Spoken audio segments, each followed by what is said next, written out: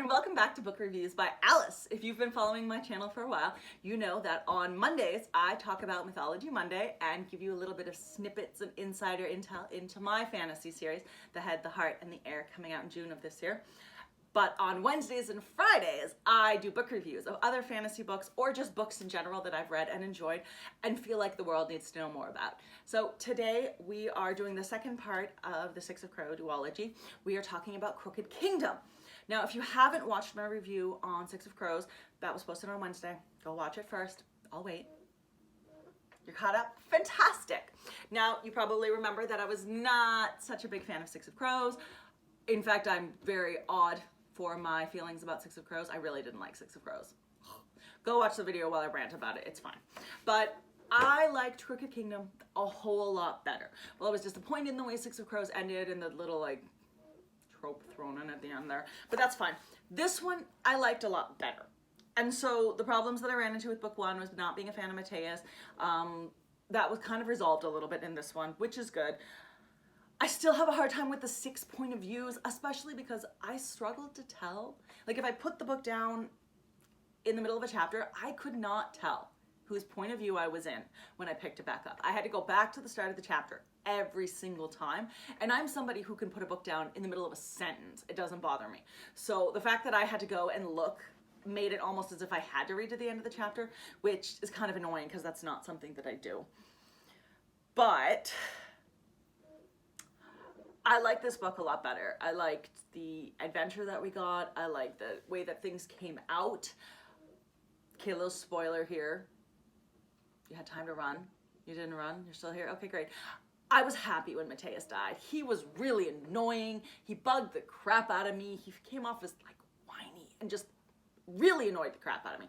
So when he died, that made this whole series a whole lot better for me. Sorry, it's just true.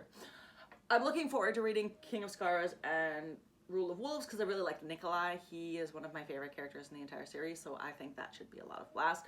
I'm not a big fan of Nina still. Like, she's fine, but honestly, I don't really think she's anything that special, so I hope that the further books will change my mind on that.